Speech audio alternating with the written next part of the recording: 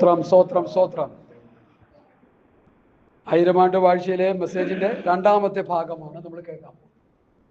അപ്പൊ അതുകൊണ്ട് നമ്മള് നിർവിചാരികളായിട്ടിരിക്കാൻ പാടില്ല. ആയിരമാണ്ട് വാഴ്ച തുടങ്ങുമ്പോൾ പിശാചിനെ ബന്ധിച്ചിട്ടാണ് കർത്താവ് പോലും എന്ത് ചെയ്യുന്നത്? ആയിരമാണ്ട് വാഴ്ച തുടങ്ങുന്നത്. അതെന്താ കാര്യം? ഇവൻ കുരുത്തം കെട്ടവൻ, ഈ വീട് പോയ സാത്താൻ, ഈ ദൂതനും പിശാചും, സ്തോത്രം, ഈ പഴയ പാമ്പ് ജനത്തെ നശിപ്പിച്ചു കളയും. അതുകൊണ്ട് ആയിരമാണ്ട് വാഴ്ചയിൽ ഇവനെ ബന്ധിക്കുന്നു. സ്തോത്രം. അതുപോലെ രക്ഷിക്കപ്പെട്ട് സ്നാനപ്പെട്ട് പരിശുദ്ധാത്മാവിന്റെ അഭിഷേകം പ്രാപിച്ച് വിശുദ്ധിയിലും വേർപാടിലും ജീവിക്കുന്ന ദൈവമക്കൾ അവരുടെ ക്രിസ്തീയ ജീവിതത്തിന്റെ മുന്നോട്ടുള്ള പ്രയാണങ്ങളെ വിജയകരമായി മുൻപോട്ട് കൊണ്ടുപോകാൻ തടസ്സമായി നിൽക്കുന്ന പിശാചിന്റെ പോരുകളെ ആര് ബന്ധിക്കണം? ആരാ ബന്ധിക്കണം? നമ്മൾ ഇതിനെക്കുറിച്ചുള്ള അറിവില്ലാതെയും നമ്മൾ ഇതിനെക്കുറിച്ച് ഗ്രാഹ്യമില്ലാതെയും പാർട്ട് ബന്ധിക്കട്ടെന്ന് പറഞ്ഞിരുന്നു കഴിഞ്ഞാൽ പാർട്ട് അതിന് ബന്ധനത്തിൽ കിടക്കുകയാണെങ്കിൽ പിന്നെ നമ്മൾ ആരാ വിളിക്കുന്നത്? പാർട്ട്മാരെ ബന്ധിക്കപ്പെട്ടവരായിട്ട് കിടക്കുക. എത്ര പേരെ കാണിച്ചില്ല എന്നോടൊപ്പം പാർട്ട്മാരെ ബന്ധിച്ചിട്ടിരിക്കുക. സ്തോത്രം. ഇവിടെ നമ്മളൊരു കാര്യം മനസ്സിലാക്കണം. ആയിരമാണ്ട് വാഴ്ചയിൽ ഈ സാത്താനെ ദൈവം ബന്ധിച്ചതുപോലെ ഈ ആയിരമാണ്ട് വാഴ്ചയിലേക്ക് പ്രവേശിക്കാൻ ഒരുങ്ങിയിരിക്കുന്ന, കാഹളം ധ്വനിക്കുമ്പോൾ രൂപാന്തരം പ്രാപിച്ച് ഉയർപ്പ് പ്രാപിച്ച് ദൈവരാജ്യത്തിൽ പോകാനിരിക്കുന്ന എന്നെയും നിങ്ങളെയും ആ ദൈവരാജ്യത്തിൽ നിന്ന് അകറ്റിക്കളയാൻ ദുഷ്ടനായ സാത്താൻ പയറ്റുന്ന തന്ത്രങ്ങളുണ്ട്.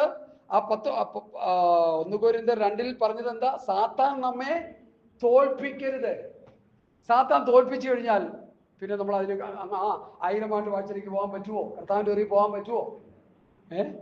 അനന്യാസും സഫീറയും രക്ഷിക്കപ്പെട്ട് ഞാൻ ഒരു ചിന്തിക്കുക, കാക്കാമാരുടെ കൂട്ടത്തിൽപ്പെട്ടവരാണെന്ന് ഞാൻ ചിന്തിച്ചു പോരട്ടെ. അനന്യാസും സഫീറ പേര് കണ്ടിട്ട് അങ്ങനെ പറഞ്ഞു കേട്ടോ. രണ്ടും രക്ഷിക്കപ്പെട്ട് വന്നെന്ന് പറഞ്ഞാലും എന്ത് പറ്റും? സാധാരണ അവരെന്ത് ചെയ്തു? തോപ്പിച്ചു കളഞ്ഞു. ആൽപ്പനിറവിൽ പത്രോസ് ചോദിച്ചു, ഇത്രയ്ക്കോ നിലം വിറ്റത്? അവിടെ ഒരു ചോദ്യമുണ്ട്. വിൽക്കുന്നതിന് മുൻപ് നിന്റെതല്ലായിരുന്നോ? വിറ്റതിന് ശേഷം നിന്റെതല്ലായിരുന്നോ? പരിശുദ്ധാത്മാവിനോട് വ്യാജം കാണിപ്പാൻ നിങ്ങൾ ഒത്തതെന്ത്?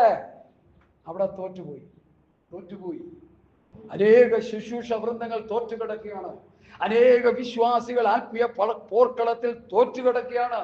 നിങ്ങൾക്ക് കർത്താവിന്റെ വരയിൽ പോകാൻ കഴിയണമെങ്കിൽ നിങ്ങൾക്കെതിരെ പോരാടി നിൽക്കുന്ന പിശാചിന്റെ പോരുകളെ ദൈവത്തിന്റെ സർവായുധ വർഗം ധരിച്ച് അവരോട് എതിർത്ത് നിന്നേ മതിയാകൂ.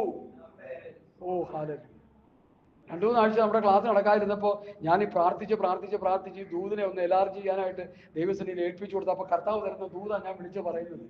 ഹല്ലേലൂയ. നമ്മൾ ഉദ്ദേശിക്കുന്ന പോലെയല്ല കാര്യങ്ങൾ.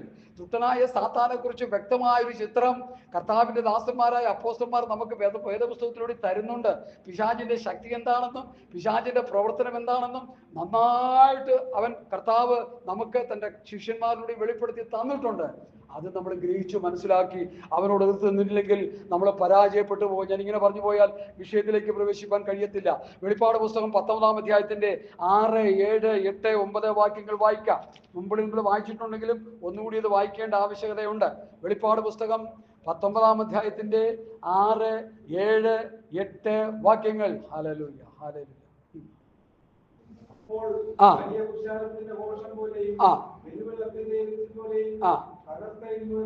പോലെയും ഞാൻ കേട്ടത്. ഹല്ലേലൂയ. സർവശക്തിയുള്ള നമ്മുടെ ദൈവമായ കർത്താവ് രാജത്വം ഏറ്റിരിക്കുന്നു. കർത്താവ് രാജത്വം ഏൽക്കുന്ന കാര്യത്തെക്കുറിച്ച് ഇവിടെ പറയുക. രാജാവായി വാടാനുള്ള വിഷയത്തെക്കുറിച്ച് വേദപുസ്തകം വെളിപ്പെടുത്തുന്ന ശക്തമായ ഒരു പ്രബോധനമാണ് യോഹന്നാൻ അപ്പോസ്തലൻ എഴുതിയത്. കർത്താവ് രാജത്വം ഏറ്റിരിക്കുന്നു. അടുത്ത നാം സന്തോഷിച്ച് ഉല്ലസിക്കുക, ആ ദൈവത്തിന് മഹത്വം കൊടുക്കുക. കുഞ്ഞാടിന്റെ കല്യാണം വന്നുവല്ലോ, തന്റെ കാന്തയും തന്നെത്താൻ ഒരുക്കിയിരിക്കുന്നു. അവൾക്ക് ശുദ്ധവും ശുഭ്രവുമായ വിശേഷ വസ്ത്രം ധരിപ്പാൻ കൃപ ലഭിച്ചിരിക്കുന്നു. ആ വിശേഷ വസ്ത്രം വിശുദ്ധന്മാരുടെ നീതി പ്രവൃത്തികൾ തന്നെ.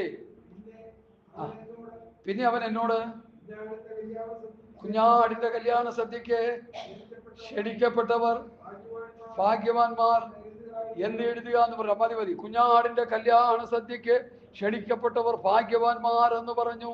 ഇത് ദൈവത്തിന്റെ സത്യവചനമെന്ന് എന്നോട് പറഞ്ഞു. കുഞ്ഞാടിന്റെ കല്യാണ സദ്യക്ക് വേണ്ടി വിളിക്കപ്പെട്ടവരാണ് നമ്മൾ. യേശു ക്രിസ്തുവിന്റെ മഹത്വ പ്രത്യക്ഷതയിൽ 1000 ആണ്ട് വാഴ്ചയിൽ കർത്താവിനോടൊപ്പം വാഴുവാൻ കോളിംഗ് ലഭിച്ചവരാണ് നമ്മൾ. നമ്മുടെ മോദി ഭരണം ഇലക്ഷൻ നടത്തി ജയിച്ചു കഴിഞ്ഞപ്പോൾ പ്രൈം മിനിസ്റ്ററായിട്ട് സ്ഥാനമേൽക്കാൻ നേരത്ത് ഇവിടെ നിന്ന് കുറേ പേരെയൊക്കെ വിളിച്ചു. എല്ലാവരും അങ്ങോട്ട് ചെല്ലാൻ പറ്റും. എനിക്ക് പോകണമെന്ന് പറഞ്ഞാൽ അങ്ങോട്ട് ചെല്ലാൻ പറ്റും. കോളിംഗ് ലഭിക്കണം. ഞാൻ ഏത് വലിയ മഹാനാണെങ്കിലും ശരി, അവരെ സെൻട്രൽ ഗവൺമെന്റിന്റെ അവിടുത്തെ അധികാരിപ്പെട്ടവൾ അവരുടെ കത്തയക്കുകയോ ഫോണിൽ കൂടെ വിളിച്ചോ നമ്മളെ ക്ഷണിക്കണം. അവരുടെ പേരവിടെ രജിസ്റ്റർ ചെയ്യും. അവർക്ക് മാത്രമേ ക്ഷണമുള്ളൂ. മോദി പ്രസിഡന്റ് ആ നേരത്ത് ക്ഷണിക്കാതെ കയറി ചെന്ന് കഴിഞ്ഞാൽ എന്ത് പറ്റും? പിടിച്ച് ഉണ്ട തീറ്റിക്കും. പണ്ട് ബ്രിട്ടീഷുകാർ ചെയ്ത ഉണ്ട. കാരണം ഏത് വകുപ്പിൽ ചെല്ലണമെന്ന് ആഗ്രഹിക്കാം. പൊട്ടിക്കാൻ ചെല്ലുകയാണോ, അവിടെ ബഹളം ഉണ്ടാക്കാൻ ചെല്ലണമെന്ന് അറിയാൻ പറ്റത്തില്ല. അങ്ങനെ ചെല്ലുന്നവരെ തന്നെ അവിടെ പരിശോധനയൊക്കെ നടത്തി ഡിജിറ്റൽ ടെസ്റ്റിലൊക്കെ കൂടി കടത്തിവിട്ട് ഇവിടെ മെട്രോ ട്രെയിനിൽ 40 രൂപയുടെ ടിക്കറ്റ് മേടിച്ച് വണ്ടി കയറിയപ്പോൾ തന്നെ എൻ്റെ ബാഗ് പരിശോധിച്ച്, എൻ്റെ ബോഡി പരിശോധിച്ച്, കൂക്കൂ കൂക്കൂ എന്നൊക്കെ അടിക്കണം. ഞാൻ ഇന്ന് പോലീസുകാരോട് ചോദിച്ചു, സാറേ ഈ ബാഗിൻ്റെ ഉള്ളിൽ എന്തെങ്കിലും ഉണ്ടെങ്കിൽ നിങ്ങൾക്ക് എങ്ങനെ അറിയാൻ പറ്റും? ഞാൻ തിരിച്ചോണ്ട് ചോദിച്ചു. അപ്പോൾ പുള്ളി പറയാണ്, ഞങ്ങൾക്ക് അറിയാൻ പറ്റും. എങ്ങനെ അറിയാം? സ്കാനുകൾ വെളിപ്പെടുത്തും, അപശബ്ദങ്ങൾ വെളിപ്പെടുത്തും, കളറുകൾ വെളിപ്പെടുത്തും. ഈ കാണുന്ന സ്ക്രീനിൽ അതിൻ്റെ കളർ വ്യത്യാസം വരും. നിങ്ങളുടെ ബാഗിൻ്റെ ഉള്ളിലുള്ള പ്രത്യേകമായ ഏതെങ്കിലും മാരകമായ ബോംബോ അപകടകരമായ കാര്യങ്ങളുണ്ടെങ്കിൽ അതിവിടെ വെളിപ്പെടുത്തും. അത് വെളിപ്പെടുത്തി കഴിഞ്ഞാൽ ഞങ്ങൾ ലോക്ക് ചെയ്യും. നിങ്ങളെ യാത്ര ചെയ്യാൻ അനുവദിക്കത്തില്ല. ഇവിടുത്തെ മുക്കാന്നേഴി യാത്രയ്ക്ക് വേണ്ടി ഇങ്ങനെയുള്ള സംവിധാനങ്ങൾ ഉണ്ടെങ്കിൽ സ്വർഗത്തിലേക്ക് പോകാൻ നമുക്കൊന്നും പരിശോധനകളൊന്നും ഇല്ലെന്നാണോ ചിന്തിക്കുന്നത്? ഹല്ലേലൂയ. കുഞ്ഞാടിന്റെ കല്യാണത്തിന് വേണ്ടി ഒരുങ്ങിക്കൊണ്ടിരിക്കുന്ന പുതിയ സഭയോട് ഞാൻ പറയുന്നു, നമ്മൾ ഒരുങ്ങണം. ക്രിസ്തുവിന്റെ സ്വഭാവമുള്ളവരായി തീരണം, ക്രിസ്തുവിന്റെ ഭാവമുള്ളവരായി തീരണം, ക്രിസ്തുവിന്റെ മനസ്സുള്ളവരായി തീരണം. കർത്താവായ യേശു ക്രിസ്തുവിന്റെ പത്യവചനവും ഭക്തിത്വ ഉപദേശവും അനുസരിച്ച് നമ്മൾ ക്രിസ്തുവിന്റെ ഭാവമുള്ളവരായി, ക്രിസ്തുവിന്റെ മനസ്സുള്ളവരായി, അവന്റെ ദിവ്യ സ്വഭാവത്തിന് കൂട്ടാളികളായി തീരുമ്പോഴേ ഈ ഡിജിറ്റൽ പരിശോധനയിൽ നമുക്ക് അനായാസന ചെന്നെത്താൻ പറ്റത്തുള്ളൂ. അല്ലെങ്കിൽ നടക്കത്തില്ല. അവിടെ കഴുത്തിന് കുത്തിയെടുത്ത് വെളിയിൽ കളയും. കർത്താവ് പറഞ്ഞ ഒരു ചിന്ത എൻ്റെ ഹൃദയത്തിലേക്ക് വരിക. ഒരു കല്യാണ സദ്യക്ക് വേണ്ടി കർത്താവിന്റെ വരവിനെ കുറിച്ച് ഉപമിച്ച് കർത്താവ് തന്നെ പറഞ്ഞൊരു വിഷയമാണ്. അതിനെടുത്ത് വായിക്കാൻ സമയമില്ല എൻ്റെ മുമ്പിൽ. അതിങ്ങനെയാ പറഞ്ഞത്. കല്യാണ സദ്യക്ക് ക്ഷണിച്ചു, എല്ലാവരും വന്ന സമയത്ത് അവിടെ ഒരു യഹൂദന്റെ കല്യാണത്തിന് ഒരു വിഷയമാണ്. അത് കല്യാണ സദ്യക്ക് വരുന്നവർക്കല്ലേ ഓരോ ഡ്രസ്സ് കൊടുക്കും അല്ലേ, പ്രത്യേക വിശേഷ വസ്ത്രം. ആ വിശേഷ വസ്ത്രം എന്താണെന്നൊക്കെ പറയാൻ തുടങ്ങിയാൽ ഈ വിഷയം സംസാരിക്കാൻ പറ്റത്തില്ല. എന്തായാലും വിശേഷ വസ്ത്രം കൊടുക്കുക, വസ്ത്രം വിട്ടും ഇട്ടിട്ട് വേണം അങ്ങോട്ട് ചെല്ലാൻ. ഒരു ബിരുദൻ അതിൻ്റെ ഉള്ളിൽ ഇരിക്കുക, വസ്ത്രമൊന്നുമില്ല. അപ്പോൾ അതിന്റെ വേണ്ടപ്പെട്ടവർ അങ്ങോട്ട് വന്നിട്ട് ചോദിച്ചു, എന്താ സ്നേഹിത, നീ എങ്ങനെ അകത്ത് വന്നു? അപ്പൊ മറുപടി എന്താ പറഞ്ഞു? ആർക്കൊന്ന് പറഞ്ഞേ? ഒന്നും പറഞ്ഞില്ല. മറുപടി അവൻ ഉത്തരം മുട്ടിപ്പോയി. ഇവിടെ നമ്മൾ എന്തെങ്കിലുമൊക്കെ സഹോദര ഇങ്ങനെയൊക്കെ ജീവിച്ചാൽ മതിയോ, നമുക്ക് അക്കരെ പോട്ടേന്നൊക്കെ ചോദിച്ചാൽ 100 കൂട്ടം കാര്യങ്ങൾ പാസ്റ്ററോടോ അല്ലെങ്കിൽ ആരോടൊക്കെ പറയാൻ മറ്റേ പറഞ്ഞാൽ. പക്ഷെ അവിടെ ചെല്ലുമ്പോ ഈ മറുപടി ഒന്നും കാണത്തില്ല. സ്നേഹിത, നീ എങ്ങനെ അകത്ത് വന്നു ഈ വിശേഷ വസ്ത്രം ധരിക്കാതെ? അവന് ഉത്തരം മുട്ടിപ്പോയി. അവനെ എന്താ ചെയ്തു? അതോടെ ഒന്ന് പറഞ്ഞേ. അവനെ കയ്യും കാലും കെട്ടി ഏറ്റവും പുറത്തുള്ള ഇരുട്ടി തള്ളിക്കളഞ്ഞു. കാരണം ഇരുട്ടി തള്ളാൻ നേരത്ത് ഫ്രീ ആണെങ്കിൽ ഓടിപ്പോക്കളെ. അതുകൊണ്ട് എന്ത് ചെയ്യുക? കയ്യും കാലും ലോക്ക് ചെയ്തിട്ട് അതിന്റെ അർത്ഥം നിത്യമായ നരകാഗ്നിയിലേക്ക് രക്ഷപ്പെടാൻ കഴിയാത്തതുപോലെ അവനെ അവിടെ ആക്കിക്കളഞ്ഞു എന്നുള്ള അർത്ഥത്തിലാണ് നമ്മളത് പഠിക്കേണ്ടത്. ഹല്ലേലൂയ. എന്നെ കേൾക്കുന്ന പ്രിയപ്പെട്ടവരെ, ക്രിസ്തീയ ജീവിതം എന്നുള്ളത് വളരെ വിലപ്പെട്ടതാണ്. അത് നമ്മളെ നഷ്ടപ്പെടുത്തി കളയരുത്. ദൈവവചനം അനുസരിച്ച് ക്രിസ്തുവിന്റെ സ്വഭാവവും ക്രിസ്തുവിന്റെ മനസ്സും ക്രിസ്തുവിന്റെ ഭാവവും ഉപദേശം പഠിച്ചനുസരിച്ച് നമ്മൾ ജീവിതത്തിൽ പ്രാപിച്ചെടുത്താൽ മാത്രമേ കർത്താവിന്റെ വരവിൽ പോകുകയുള്ളൂ, അല്ലെങ്കിൽ ഉയർപ്പ് കിട്ടുകയുള്ളൂ, അല്ലെങ്കിൽ രൂപാന്തരം കിട്ടുകയുള്ളൂ. എന്നാൽ മാത്രമേ 1000 ആണ്ട് വാഴ്ചയിൽ നമുക്ക് പ്രവേശിക്കാൻ പറ്റത്തുള്ളൂ. കുഞ്ഞാടിന്റെ കല്യാണം വന്നുവല്ലോ. തന്റെ കാന്ത തന്നെ ഒരുക്കി കാത്തിരിക്കും. നമ്മൾ നമ്മെ തന്നെ ഒരുക്കണം. ഈ ഭൂമിയിൽ ഒരു പെണ്ണിനെ വിവാഹം കഴിക്കാൻ നേരത്ത് നാളെയാണ് വിവാഹമെങ്കിൽ ഇന്ന് രാത്രി വെളുപ്പിന് ഒരു 2 മണിയായി കഴിഞ്ഞാൽ പെണ്ണ് കിടക്കുന്ന റൂമിൽ ഒരു മനുഷ്യനെ അവിടെ ചെല്ലാൻ പറ്റത്തില്ല. കാരണം എന്താ? ഒരുക്കാൻ വേണ്ടി സഹോദരിമാരുടെ ഒരു തിക്കും തിരക്കുമായിരിക്കും, വിവിധ നിലയിലുള്ള ഒരുക്കങ്ങളായിരിക്കും. എന്നാൽ ഇവിടുത്തെ ഒരുക്കമെന്നുള്ളത് നമ്മൾ ആത്മാവിൽ ഒരുക്കപ്പെടുക. ഹല്ലേലൂയ. ദൈവവചനം അനുസരിച്ച് ഒരു ദൈവം മനുഷ്യനായി നമ്മൾ തീരുക, ക്രിസ്തുവിന്റെ ഭാവമുള്ളവരായി തീരുക. കൊരിന്ത്യർ ലേഖനത്തിലാണ് അതിലൊരു റോൾ മോഡൽ കാണാൻ കഴിയുന്നത്. അവർ വചനം പഠിച്ച് അനുസരിച്ച് ജീവിച്ച് അവർ ക്രിസ്തുവിന്റെ പത്രങ്ങളായി തീർന്നു. അവർ അപ്പോസ്തലന്മാരെ പോലെ ആയിത്തീർന്നു. അങ്ങനെയുള്ളവർക്കാണ് ദൈവരാജ്യത്തിന്റെ അവകാശികളായി തീരാൻ കഴിയുന്നത്. അല്ല, ഏതിലേയും പോകുന്നവർക്ക് അവിടെ പ്രവേശനമില്ലെന്ന് ഇന്ന് പൽക്കാലം ഓർത്തുകൊള്ളണം. Hallelujah, hallelujah. വെളിപ്പാട് പുസ്തകം 11-ാം അധ്യായത്തിന്റെ 11 മുതലുള്ള വാക്യങ്ങൾ നമുക്ക് വായിക്കാം. വെളിപ്പാട് പുസ്തകം 11-ന്റെ 1000 ആണ്ട് വാഴ്ചയെ കുറിക്കുന്ന കാര്യങ്ങളാണ് ഈ പറഞ്ഞുകൊണ്ടിരിക്കുന്നത്. 11-ന്റെ 7-ാമത്തെ ദൂതൻ ഊതിയപ്പോൾ ലോകരാജ്യത്വം നമ്മുടെ കർത്താവിനും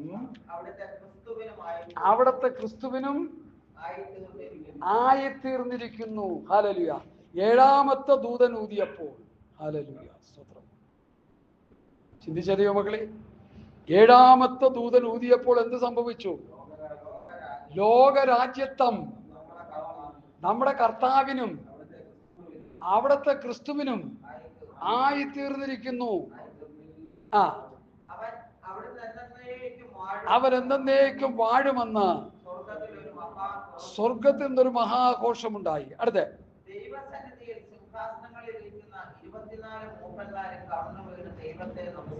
ദൈവത്തെ നമസ്കരിച്ചു. 24 മൂപ്പന്മാരാരൊക്കെയാ?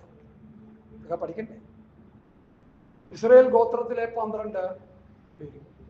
പിന്നെ പുതിയ നമ്മൾ വിചാരിച്ചിരിക്കുന്ന ഈ ചാള പിടിച്ചു കഴിഞ്ഞാൽ പത്രോസിനൊക്കെ എന്ത് വിലയുണ്ട്?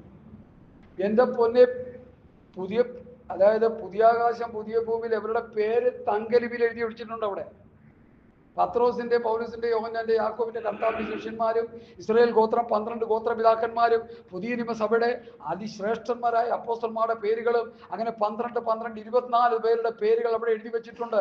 ഇവിടെയും അത് തന്നെയാണ് പ്രതിപാദിക്കുന്നത്. ദൈവസന്നിധി സിംഹാസനിൽ ഇരിക്കുന്ന 24 മൂപ്പന്മാരും കവിണ് വീണ് ദൈവത്തെ നമസ്കരിച്ച് പറഞ്ഞത്, സർവശക്തിയുള്ള ദൈവമേ, ഇരിക്കുന്നവനും ഇരിക്കുന്നവനുമായുള്ളവേ, നീ മഹാശക്തി ധരിച്ചു വാഴുകയാൽ ഞങ്ങൾ അങ്ങയെ സ്തുതിക്കുന്നു. ജാതികൾ കോപിച്ചു, നിന്റെ കോപവും വന്നു. മരിച്ചവരെ ന്യായം വിധിപ്പാനും ദാസന്മാരായ പ്രവാചകന്മാർക്കും വിശുദ്ധന്മാർക്കും ചെറിയവരും വലിയവരുമായി നിന്റെ ഭക്തന്മാർക്കും പ്രതിഫലം കൊടുപ്പാനും ഭൂമിയെ നശിപ്പിക്കുന്നവരെ നശിപ്പിക്കുവാനുള്ള കാലവും വന്നു. ഹല്ലേലൂയ. ചിന്തിക്കണയോ മക്കളെ? കർത്താവായ യേശുക്രിസ്തു രാജ്യത്വം ഏറ്റുകഴിഞ്ഞാൽ എന്തൊക്കെ സംഭവിക്കുമെന്ന് വെളിപ്പാട് പുസ്തകം 11-ന്റെ 15 മുതൽ 18 വരെയുള്ള വാക്യത്തിൽ മനോഹരമായ നിലയിൽ എഴുതി വെച്ചിരിക്കുന്നു. 18-ാം വാക്യം, നിന്റെ കോപവും വന്നു. മരിച്ചവരെ ന്യായം വിധിപ്പാനും ദാസന്മാരായ പ്രവാചകന്മാർക്കും വിശുദ്ധന്മാർക്കും ചെറിയവർക്കും വലിയവർക്കുമായി നിന്റെ ഭക്തന്മാർക്ക് പ്രതിഫലം കൊടുപ്പാനും ഭൂമിയെ നശിപ്പിക്കുന്നവരെ നശിപ്പിക്കാനുള്ള കാലവും വന്നു. ഹല്ലേലൂയ. ഇത് കർത്താവിന്റെ സ്തോത്രം 1000 ആണ്ട് വാഴ്ചയിൽ സംഭവിക്കുന്ന സംഭവങ്ങളാണ്. ഇനി ഈ പഴയ നിയമത്തിലെ ദാനിയേലിന്റെ പ്രവചനത്തിലേക്ക് നമുക്ക് വരാം. ദാനിയേൽ പ്രവചനം 7-ാം അധ്യായത്തിന്റെ 13-ാം വാക്യം 13-ഉം 14 ഒരാൾ വായിച്ചാട്ടെ. Hallelujah, hallelujah, hallelujah. സ്തോത്രം, സ്തോത്രം. യെഹെസ്കേൽ പ്രവാചകന്റെ പുസ്തകം കഴിഞ്ഞാണ് ദാനിയേൽ പ്രവാചകൻ. ദാനിയേൽ 7-ന്റെ 13, 14.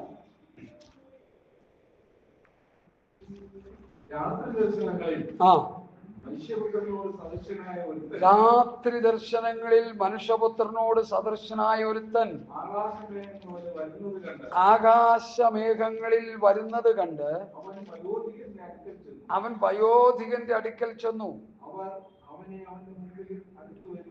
അവൻ അവന്റെ മുൻപിൽ അടുത്തു വരുമാറാക്കി സകല വംശങ്ങളും ജാതികളും ഭാഷക്കാരും അവനെ സേവിക്കേണ്ടതിന് അവൻ ആധിപത്യവും മഹത്വവും രാജത്വവും, അവിടെ ഒന്ന് ശ്രദ്ധിച്ചേ, സകല വംശങ്ങളും, ഈ ഭൂമിയിലുള്ള സകല ജാതി മതസ്ഥരും സകല വംശങ്ങളും ക്രിസ്തുവിനെ കൂടാതെ ജീവിക്കുന്നവരെ, ഹല്ലേലൂയ, സ്തോത്രം, നിത്യമായ നരകാഗ്നിയിലേക്ക് പോയി വീണ് കഴിയുമ്പോൾ ഇതര ജാതി മതസ്ഥങ്ങളിൽ നിന്നും രക്ഷിക്കപ്പെട്ട് വന്നവർ, അവിടെ ഹിന്ദുക്കളുണ്ടാകാം, മുസ്ലിങ്ങളുണ്ടാകാം.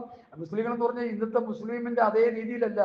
ഇസ്ലാം മതത്തിൽ നിന്നും, ഹിന്ദു മാർഗത്തിൽ നിന്നും, ജൈന മതത്തിൽ നിന്നും, ബുദ്ധമതത്തിൽ നിന്നും ആയിരക്കണക്കിന് ജാതി മതസ്ഥർ ഈ ലോകത്തിലുണ്ട്. ആ മത അനുസാരികളിൽ നിന്ന് രക്ഷിക്കപ്പെട്ട് വന്ന ഒരു വലിയ സമൂഹത്തെയാണ് ഇവിടെ ദാനിയേൽ എടുത്ത് കാണിക്കുന്നത്. സ്തോത്രം, സ്തോത്രം. സകല വംശങ്ങളും ജാതികളും ഭാഷക്കാരും അവനെ സേവിക്കേണ്ടതിന്, യേശുക്രിസ്തു രാജാവായിരിക്കുമ്പോൾ കർത്താവിനെ സേവിക്കേണ്ടതിന് അവന് ആധിപത്യവും മഹത്വവും രാജത്വവും ലഭിച്ചു. നമ്മൾ കാണുന്ന യേശു മറിയയുടെ ഉദരത്തിൽ ജനിച്ച് ഈ ഭൂമിയിൽ 33 വയസ്സ് വരെ വളർന്ന് ക്രൂശിക്കപ്പെട്ട യേശുക്രിസ്തുവിനെയാണ് നമുക്കറിയാവുന്നത്, അല്ലേ? ആ ഒരു യേശുവിനെ കുറിച്ച് നമുക്കറിയൂ. കൊച്ചു കുഞ്ഞുങ്ങളെ കൈകളിലെടുത്ത് അനുഗ്രഹിച്ച യേശു, അപ്പം നുറുക്കിക്കൊടുത്ത് വിശപ്പ് മാറ്റിയ യേശു, ഭൂതഗ്രസ്തരെ സൗഖ്യമാക്കിയ യേശു, രോഗികളെ സൗഖ്യമാക്കിയ യേശു, കുഷ്ഠരോഗികളെ സൗഖ്യമാക്കിയ യേശു, അവരെ നമുക്ക് മാത്രം അവർ വ്യക്തിപരമായി കർത്താവിൽ നിന്ന് സൗഖ്യം പ്രാപിച്ച ചരിത്രങ്ങളാണ് സുവിശേഷങ്ങളിലൂടെ നമ്മൾ മനസ്സിലാക്കുന്നത്. എന്നാൽ ഇവിടെ അതല്ല. സകല ഗോത്രത്തിൽ നിന്നും ജാതികളിൽ നിന്നും ഭാഷകളിൽ നിന്നും ദൈവപുത്രനായ യേശുക്രിസ്തു രാജ്യത്വമേറ്റപ്പോൾ ആ ഭരണസീമയ്ക്കുള്ളിൽ വരുന്ന ഒരു വലിയ സമൂഹത്തെ ദാനിയേൽ എടുത്ത് കാണിക്കുകയാണ്. സകല വംശങ്ങളും ജാതികളും ഭാഷക്കാരും അവനെ സേവിക്കേണ്ടതിന് അവൻ ആധിപത്യവും മഹത്വവും രാജത്വവും ലഭിച്ചു. അടുത്ത വാക്യം വായിച്ചാട്ടെ, അടുത്ത വാക്യം. അവന്റെ ആധിപത്യം നീങ്ങിപ്പോകാ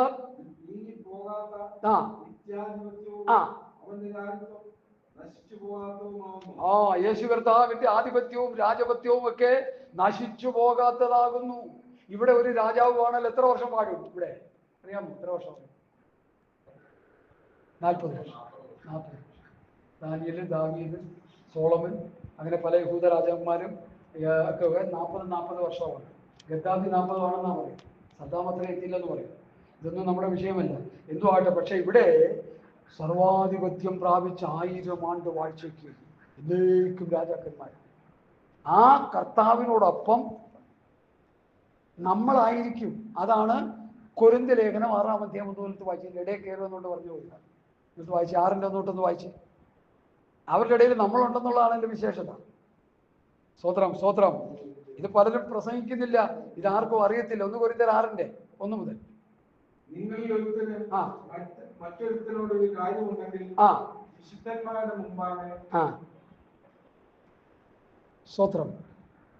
അല്ല അഭക്തന്മാരുടെ മുമ്പിൽ വ്യവഹാരത്തിന് പോകുവാൻ തുനിയുന്നു. നിങ്ങൾ കോടതിയിൽ പോകുന്നു, കേസിന് പോകുന്ന വിഷയത്തെ കുറിച്ച് അവിടെ എടുത്ത് പറയുന്നത്. ഇന്നത്തെ പാസ്റ്റർമാരെ കുറിച്ച് അടുത്ത് പറയുന്നതെന്ന് എന്റെ ധാരണ. അടുത്ത വിശുദ്ധന്മാർ ലോകത്തെ വിധിക്കും. 1000 ആണ്ട് വാഴ്ചയിൽ യേശു കർത്താവിനോടൊപ്പം ആയിരിക്കുമ്പോൾ ഈ ലോകത്തെ വിധിക്കേണ്ട വിശുദ്ധന്മാര് കോടതിയിലും കേസിലും ഇറങ്ങി പോവുകയാണോ എന്ന് പൗലോസ് ചോദിക്കുക. ലോകത്തെ നിങ്ങൾ വിധിക്കുമെങ്കിൽ ചെറിയ കാര്യങ്ങളെ വിധിക്കുവാൻ നിങ്ങൾ അയോഗ്യരോ? ജാതീയ ജഡ്ജിമാരുടെ ഇടയിൽ നിങ്ങൾ കേസും കോടതിയുമായിട്ട് ഏറ്റവും വിചിത്രം അതല്ല. വക്കീൽ ഏത് വക്കീല? ഞാൻ നേരത്തെ പറഞ്ഞിട്ടുണ്ട്. രക്ഷിക്കപ്പെട്ട് സ്നാനപ്പെട്ട് പരിശുദ്ധാംശയം പ്രാപിച്ച് അന്യഭാഷ പറയുന്ന വക്കീലിനെ കൊണ്ടാ കേസ് പറയാൻ പോയേക്കുന്നത്. ആരെടുക്കല പോയേക്കുന്നത്? ജാതീയ ന്യായാധിപ സംഘത്തിൽ ഇരിക്കുന്നവരുടെ മുമ്പ്. അതാ പോലീസ് ചോദിക്കുന്നത്. വിശുദ്ധന്മാർ ലോകത്തെ വിധിക്കുമെന്ന് നിങ്ങൾ അറിയുന്നില്ലയോ? ഓ എന്റെ ദൈവമേ, നാം ലോകത്തെ വിധിക്കേണ്ടവരാണ്. സജി പാസ്റ്റേ, ടോമിച്ച പാസ്റ്റേ, നമ്മളെല്ലാവരും മനസ്സിലാക്കണം. കർത്താവിന്റെ ദാസന്മാർ ലോകത്തെ വിധിക്കേണ്ടവരാണ്. 1000 ആണ്ട് വാഴ്ചയിൽ ജാതികളെ വിധിക്കുവാൻ അധികാരം ലഭിക്കുന്നവരാണ് പുതിയ നിയമ ശുശ്രൂഷ വൃന്ദങ്ങൾ. നിങ്ങൾ കോടതി കയറി ഇറങ്ങുന്നതാണ് ചോദിക്കുന്നത് പൗലോസ്. അടുത്തുകൂടി വായിച്ചേ. മതി. ലോകത്തെ വിധിക്കും. പിന്നെ ആരെ വിധിക്കും? ദൂതന്മാരെ വിധിക്കാൻ നിസ്സാര കാര്യമാണോ? എനിക്കിത് പറയുമ്പോൾ നിങ്ങളുടെ ഇതിന്റെ അർത്ഥം നിങ്ങൾ മനസ്സിലാക്കണം. നമ്മളെ സംരക്ഷണ ചെയ്യുന്ന, നമുക്ക് വേണ്ടി പ്രൊട്ടക്ഷൻ തരുന്ന ദൂതന്മാരെ, വിശുദ്ധന്മാരെ 1000 ആണ്ട് വാഴ്ചയിൽ അവരെ നമ്മൾ എന്ത് ചെയ്യും? വിധിക്കും. ഇത് പൗലോസ് പറഞ്ഞെങ്കിൽ അത് സത്യമാണ്. ജാതികളെ വിധിക്കുമെന്ന് പൗലോസ് പറഞ്ഞെങ്കിൽ സത്യമാണ്. അതാ ഇവിടെ എഴുതിയിരിക്കുന്ന 14 സകല വംശങ്ങളെയും ജാതികളെയും ഭാഷക്കാരെയും അവരെ സേവിക്കേണ്ടതിന് അവൻ ആധിപത്യവും മഹത്വവും രാജ്യത്വവും ലഭിച്ചു. അവന്റെ ആധിപത്യം നീങ്ങിപ്പോകാത്തതും നിത്യാധിപത്യവും അവന്റെ രാജ്യത്വം നശിച്ചു പോകാത്തതുമാകുന്നു.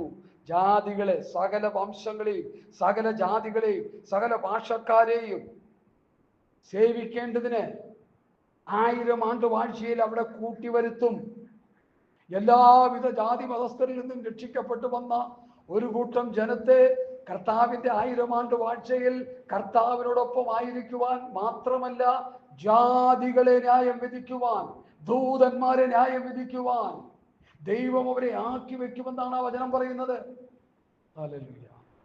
ഇനി അടുത്ത് അതിന്റെ 18-ാം വാക്യം വായിക്കാം. ദാനിയേൽ 7:18. Hallelujah, hallelujah. മനുഷ്യൻ ചെയ്യുന്നത് ഏത് പാപവും അല്ലല്ല, സോറി, ദാനിയേൽ 7:18.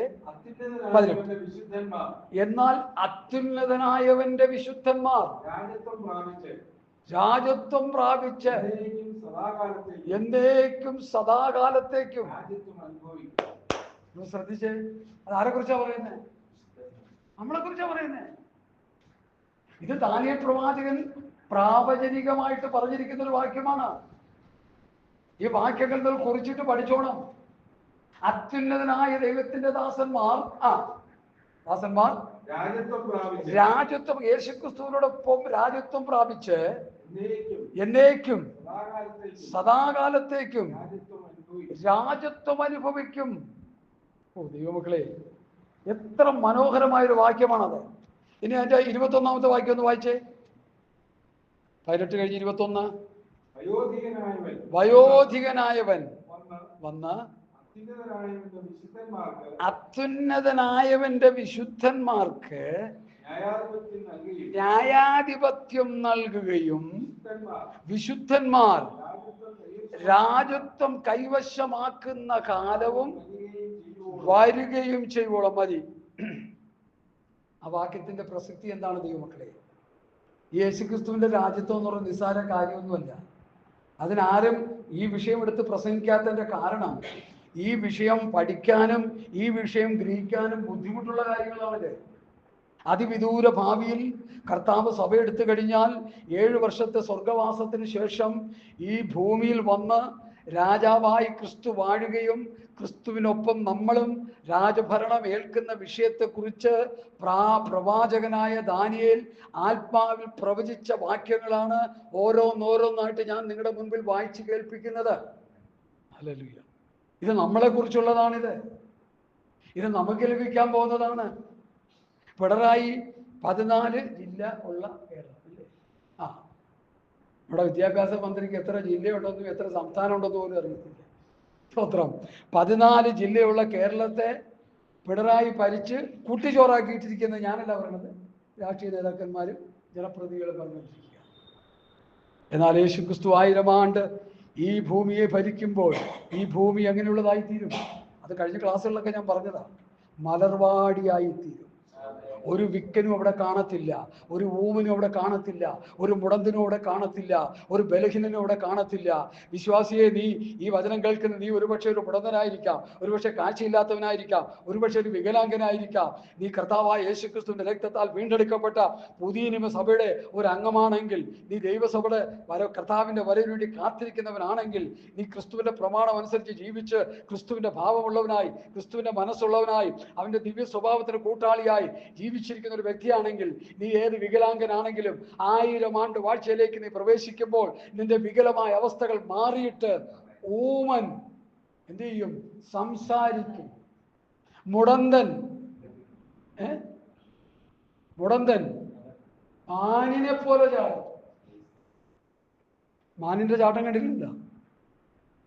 അമ്മാമി ഇരുന്ന് ചിരിക്കുന്നത് കണ്ടിട്ട് കണ്ടിട്ടുണ്ടോ? എങ്ങനെയാ ചാടുന്നത്? ഇത് നടന്ന് നടന്നാണ് പോകുന്നത്, ചാടിച്ചാടിയാ പോകുന്നത്. ആര് പോകുന്ന അങ്ങനെ എഴുതിയിരിക്കുന്നത്? യേശുക്രിസ്തു 1000 ആണ്ട് വാഴ്ചയിൽ രക്ഷിക്കപ്പെട്ട ഒരു ദൈവപൈതൽ എടുക്കപ്പെട്ടാൽ അവൻ മാനിനെ പോലെ ചാടും. അവൻ ഊമൻ വാ കൊണ്ട് ദൈവത്തെ സ്തുതിക്കും. ചെകിടൻ കേൾക്കും. ഒരു ഊമനും 1000 ആണ്ട് വാഴ്ചയിൽ ഉണ്ടാകത്തില്ല.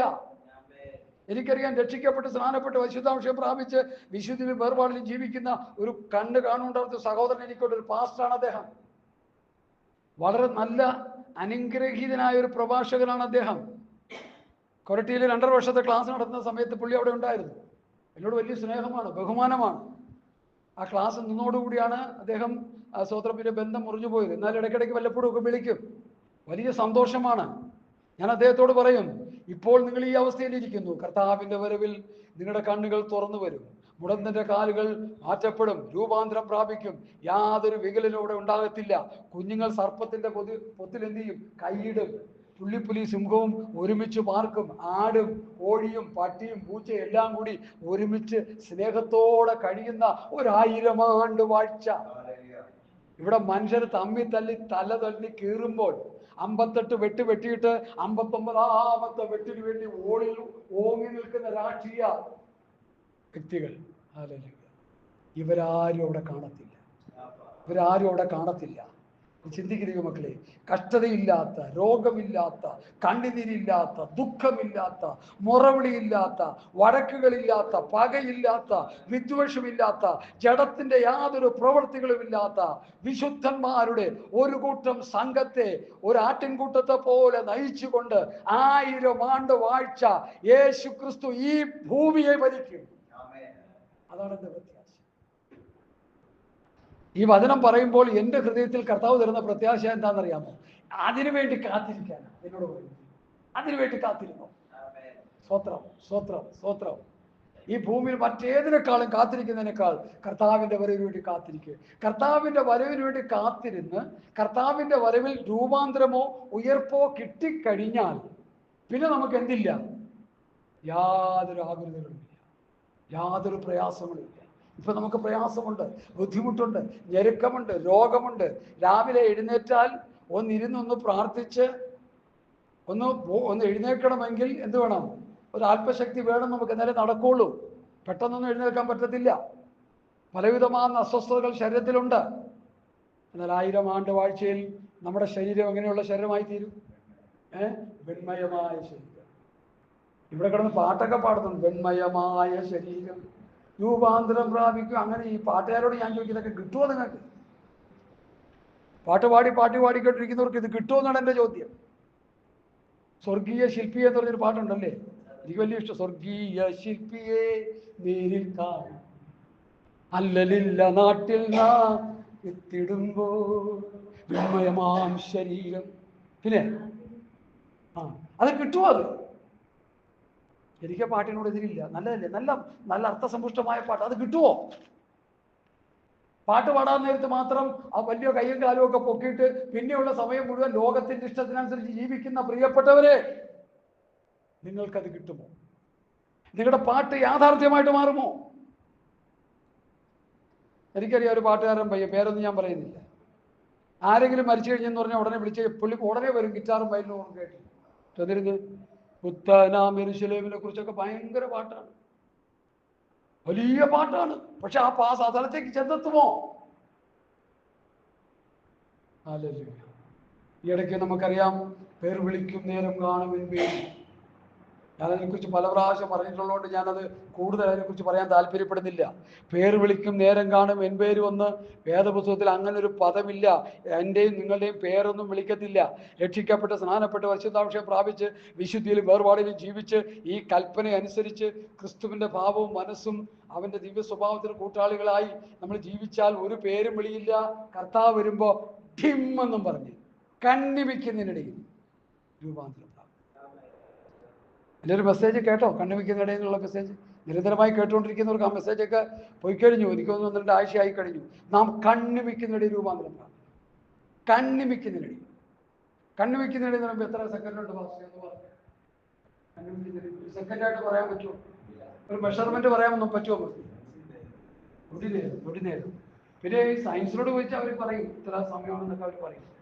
ഈ PT ഉഷയൊക്കെ ഓടി കറക്റ്റ് ചെല്ലാൻ നേരത്തെ ഇത്ര മിനിറ്റ്, ഇത്ര സെക്കൻഡ്, പിന്നെ ആ സെക്കൻഡിനെ ഉപയോഗിച്ച് വേറെ കണക്കുണ്ട്, അതുകൂടി അവർ പറയും. ഓക്കെ, ശരിയാണ്.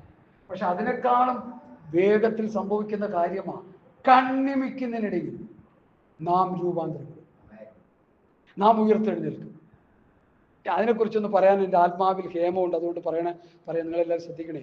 എടുക്ക് 52 എടുക്ക്. 1 കൊരിന്ത്യർ ലേഖനം 15:52 മുതൽ ഒന്ന് വായിച്ചേ. 1 കൊരിന്ത്യർ 15:52 മുതൽ.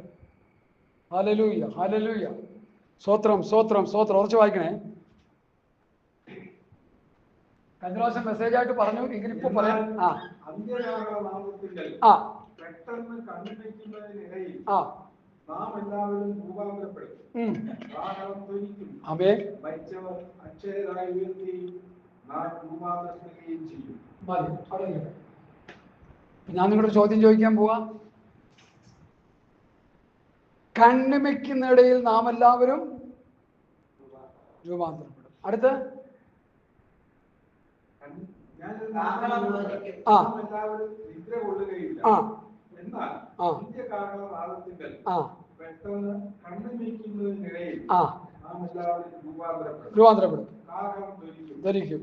മരിച്ചവർ അക്ഷയരായി ഉയർത്തുകയും ചെയ്യും. അപ്പൊ കണ്ണിമയ്ക്കുന്ന 2 കാര്യം നടക്കും. എന്തൊക്കെയാ? പറഞ്ഞോ, നിങ്ങളിത് ശരിക്കും പഠിച്ചെടുക്കണം. അതിനാണ് ഞാൻ ഈ പറയുന്നത്. 1 രൂപാന്തരം, അടുത്ത ഉയർക്കും. 2 കാര്യങ്ങൾ. രൂപാന്തരവും നമ്മുടെ ശരീരത്തിനൊരു ട്രാൻസ്ഫോർമേഷൻ, ഈ ബോഡിക്കൊരു രൂപാന്തരം. രണ്ടാമത്തത് മരിച്ചുപോയവരുടെ ഉയർപ്പ്. 2 കാര്യങ്ങൾ കണ്ണിമയ്ക്കുന്നതിനിടെ നടക്കും. അത് ആർക്ക് ലഭിക്കുമെന്നാണ് എഴുതിയേക്കുന്നത്? ശരിക്കും അവിടെ ഒന്ന് വായിച്ചു പഠിച്ചാൽ, സ്തോത്രം, സഹോദരന്മാരെ, മാംസരക്തങ്ങൾ ദൈവരാജ്യം അവകാശമാക്കാൻ കഴിയില്ല. കണ്ണിമയ്ക്കുന്നതിനിടയിൽ ഞാനൊരു ഓർമ്മ നിങ്ങളോട് പറയാം, നാം എല്ലാവരും നിദ്ര കൊള്ളുകയില്ല. എന്നാൽ അന്ത്യകാഹളനാദത്തിങ്കൽ കണ്ണിമയ്ക്കുന്നിടയിൽ നാം എല്ലാവരും രൂപാന്തരപ്പെടും. കാഹളം ധ്വനിക്കും, മരിച്ചവർ അക്ഷരായി ഉയർക്കുകയും ചെയ്യും. അപ്പോൾ 1 രൂപാന്തരം, 2 ഉയർപ്പ്. 2 കാര്യങ്ങൾ നടക്കും. ഇത് ആർക്ക് ലഭിക്കുന്ന കാര്യം ഇവിടെ പൗലോസ് പറയുന്നേ? അതെ. അപ്പൊ ഇവിടെ പറയുന്ന ഈ ക്ലോസ് ആരോട് പറയുന്നു? ആരോട് പറയുന്നു? പൗലോസ്. കറക്റ്റ്. അടുത്ത് കറക്റ്റ്. അത്രേ ഉള്ളൂ. കൂടുതലൊന്നും ചിന്തിക്കേണ്ട, ചൂടി തലമുണ്ടാക്കണ്ട. കറക്റ്റാ. പൗലോസ് കൊരിന്ത്യ സഭയോട് പറയുക, നമ്മളോടല്ല. ഇങ്ങോട്ട് ശ്രദ്ധിച്ചേ. പൗലോസ് നമ്മോട് പറയുകയല്ല, കൊരിന്ത്യ സഭയോട് പറയുക. ഇവിടെ ഒരു തിരിവ് ഉണ്ട്, അത് സാത്താൻ തകർത്തിട്ടിരിക്കുക മനുഷ്യരെ. കണ്ണിമയ്ക്കുന്നിടയിൽ നാം എല്ലാവരും രൂപാന്തരം പ്രാപിക്കും, നാം എല്ലാവരും ഉയർത്തെഴുന്നേൽക്കും. അത് നാം എന്ന് പറയുമ്പോൾ ഇൻക്ലൂഡിങ് പൗലോസ് പ്ലസ് കൊരിന്ത്യ സഭ ആണല്ലോ. തർക്കമില്ലല്ലോ. തലയോലപ്പറമ്പിലെ നമ്മളും നിങ്ങളും, എറണാകുളത്ത് കിടക്കുന്ന ഞാനും, കൊള്ളിവാട്ടാക്കടയിൽ കിടക്കുന്ന സഭയും, ലോകത്ത് എവിടെ കിടക്കുന്ന സഭയാണെങ്കിൽ നമ്മൾ ഉയർത്തെഴുന്നേറ്റ് വരണമെങ്കിൽ അടുത്ത് പറയാൻ പോകുന്ന ശ്രദ്ധിക്കണം. 2 കൊരിന്ത്യർ ലേഖനം 3-ാം അധ്യായത്തിന്റെ 1-2 വായിക്കാം. മറുപടി ഞാൻ എൻ്റെ പഴയ പ്രസംഗത്തിൽ അത് ഇട്ടിട്ടുണ്ട്. തുടങ്ങുന്നു പോ അല്ല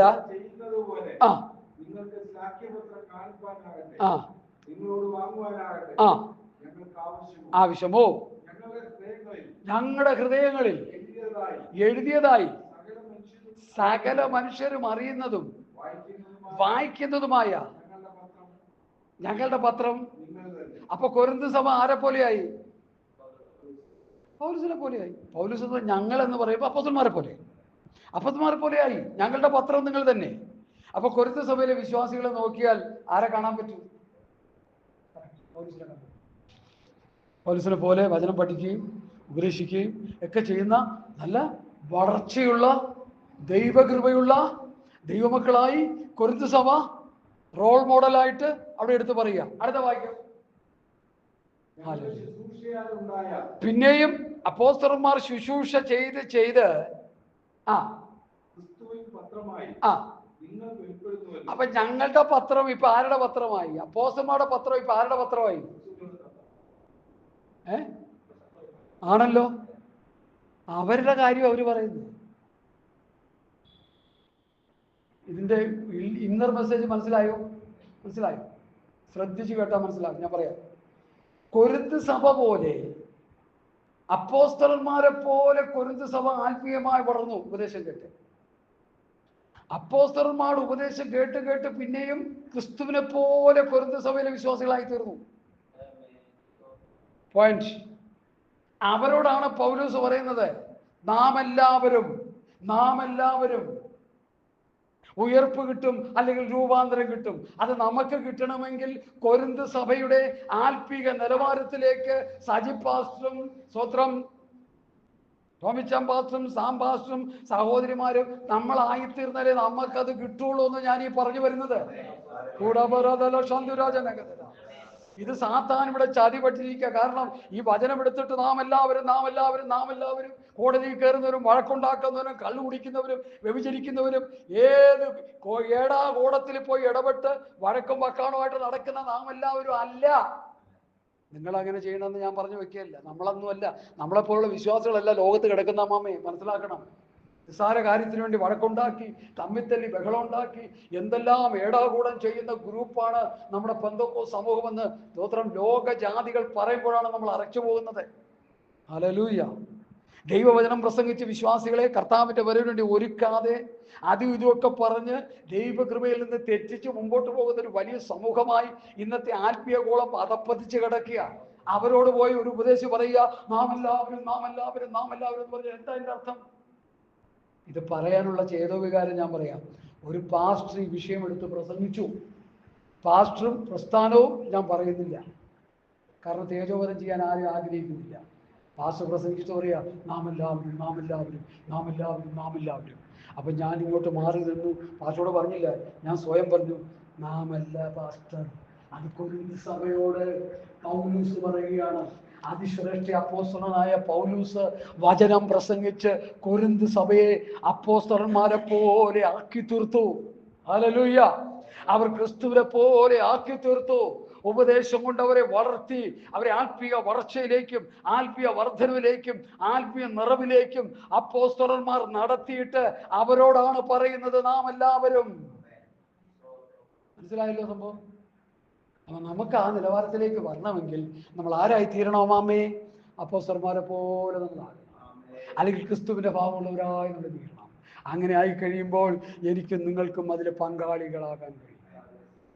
ഒരു വലിയ ചതി ആ മെസ്സേജിൽ പാസ്റ്റർ പറഞ്ഞതിലുള്ളത് ഞാൻ തിരുത്തുക ചെയ്തത്, വേറൊന്നും ഞാൻ ചെയ്തില്ല. ഞാൻ അദ്ദേഹം പറഞ്ഞ ജൂത് നാം എല്ലാവരും ഒക്കെ ആ കാര്യമൊക്കെ ശരി, പക്ഷെ നമ്മൾ കൊരിന്ത് സഭ പോലെ ആകണം. നമ്മളിവിടെ കേസിനും കോടതിക്കും വഴക്കും പ്രാർത്ഥിച്ച് രക്ഷിക്കപ്പെട്ട വക്കീലിനെയും കൊണ്ട് കേസ് പറയാൻ പോകുന്ന നമ്മൾ എവിടെ പോകുമെന്നായി പറയണേ? ഈ കോടതി കയറുന്ന വിഷയമായിട്ട് പൗലോസ് പഠിക്കുമ്പോൾ അതിന്റെ 6-ാം അധ്യായം, കൊരിന്ത്യർ 6-ാം അധ്യായം എടുത്താട്ടെ. കൊരിന്ത്യർ 6-ാം അധ്യായം, 1 കൊരിന്ത്യർ 6-ാം അധ്യായം. ഈ കേസിന് പോകുന്നൊരു സ്വർഗരാജ്യത്തിൽ പോവോ ഇല്ലയോ നമുക്ക് നോക്കാം. സ്തോത്രം. പാസ്റ്റർ ഇതുവരെ വായിച്ചോ? 3 വരെ വായിച്ചോ? നിങ്ങൾ ലജ്ജയ്ക്കായി ഞാൻ ചോദിക്കുന്നു എന്നുള്ള വാക്യം 5 തൊട്ട് വായിച്ചേ. 1 കൊരിന്ത്യർ 6-ന്റെ 1 കൊരിന്ത്യർ 5-ന്റെ 6-ന്റെ 5 തൊട്ട് വായിച്ചോ. ആമേൻ. സ്തോത്രം.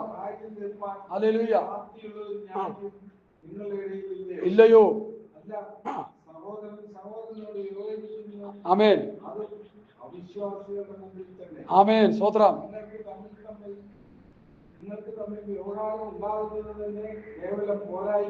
ആമേൻ. 11 വരെ വായിച്ചോ. അതിന് പകരം അന്യായം സഹിച്ചുകൊള്ളാത്തത്, നഷ്ടമേറ്റുകൊള്ളാത്തത്, അന്യായം ചെയ്യുകയും നഷ്ടപ്പെടുത്തുകയും ചെയ്യുന്നു. അതും സഹോദരന്മാർക്ക് തന്നെ.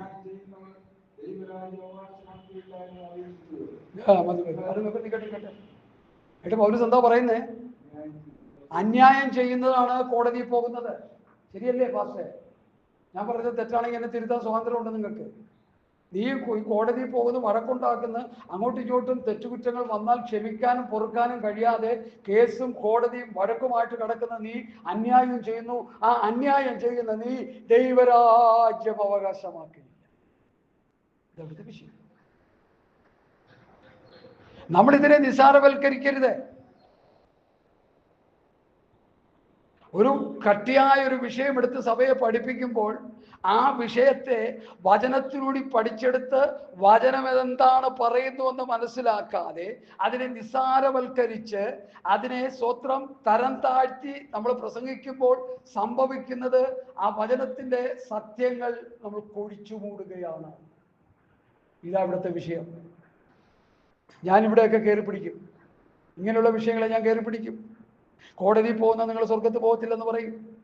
അപ്പോൾ അവർ ചോദിക്കും എന്തുകൊണ്ട് പോകത്തില്ല?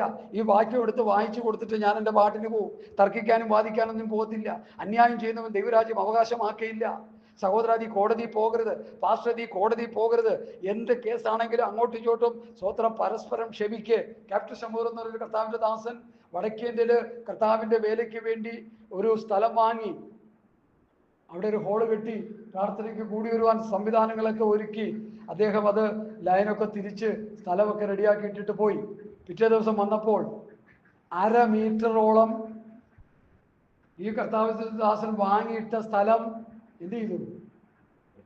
കയറ്റി വെച്ചു. ആ നൂല് ഇങ്ങോട്ട് മാറ്റി വെച്ച് കയറ്റി വെച്ചു. പിറ്റേ ദിവസം വന്ന് പാസ്റ്റർ നോക്കിയപ്പോൾ ഇങ്ങനെ ഇരിക്കുക.